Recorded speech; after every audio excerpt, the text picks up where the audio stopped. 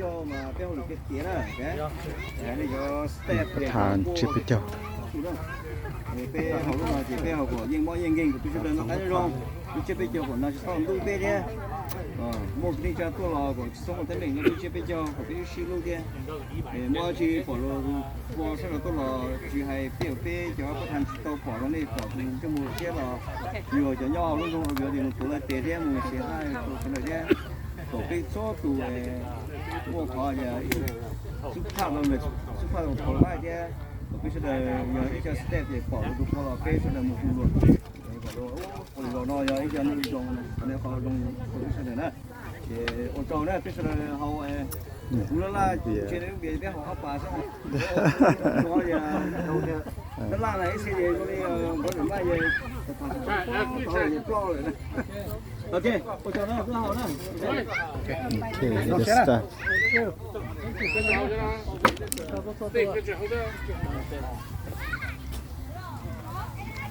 Trả lời gì gì lại? Ở bà xem này. Ở bà là cũng tao hay chỉ bà. Ở bà là tao hay chỉ bà là tao. có được hậu à? Của hậu chỉ bà. Nó có hậu à? Vẫn đi thảo hậu à.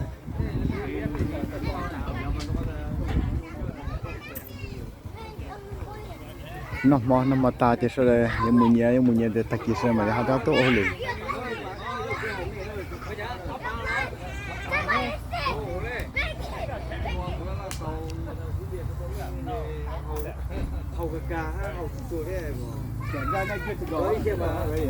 Nhưng mà tụi nẹt chơi tôi tiếng Anh phải nói thế đó nẹt chơi nói chẳng có được mặc ra thì tiền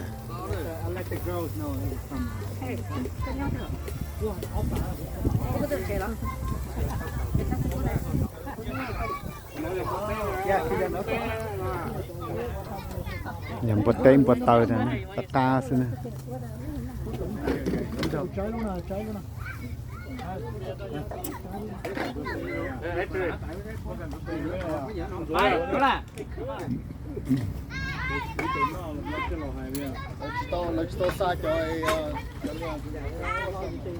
sai cái chấm mò này nè lù đó mấy chị lù chế lù vấn đề rồi nó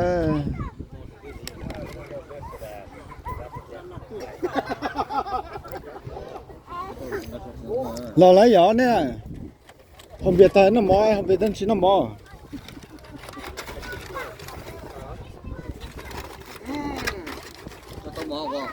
yeah tía tại biết nó mò đó lù là giờ nó kia mà nhiều cũng còn rồi là biết nó mò lù là cái đây vậy này kia rồi chứ Đây giống mà hậu này à? Nó hậu này đặt cái rồi. lo vậy lo thế này yeah chỉ lù chế Cho cái của nó sắp sửa trốn tủ cũng có cái này. Ý.